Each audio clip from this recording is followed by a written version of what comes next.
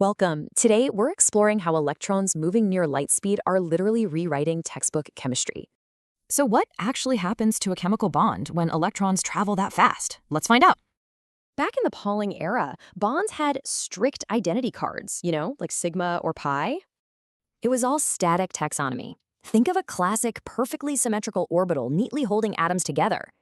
But then, Wang's high-resolution experimental data came along and completely shattered this classic picture. Honestly, without these hard experimental facts, any talk of sigma pi mixing would just be paper pushing. Instead, the data reveals bizarre anomalies where spin-orbit coupling actively destroys classical bond boundaries. To explain this chaos, Kai-Hung gave us a brilliant new grammar, information dynamics. By combining his theory with Wang's experiments, Huang translates confusing spectral anomalies into rule restructuring.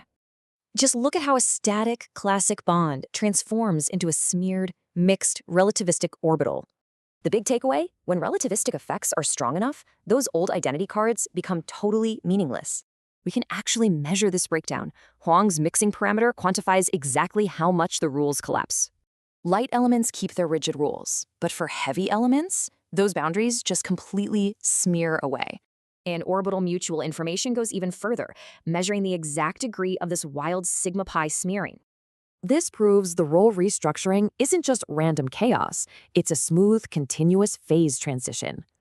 We are literally witnessing a paradigm shift from static taxonomy to dynamic information theory.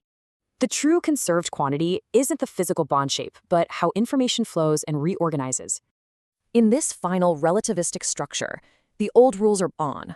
Welcome to a beautiful new complexity.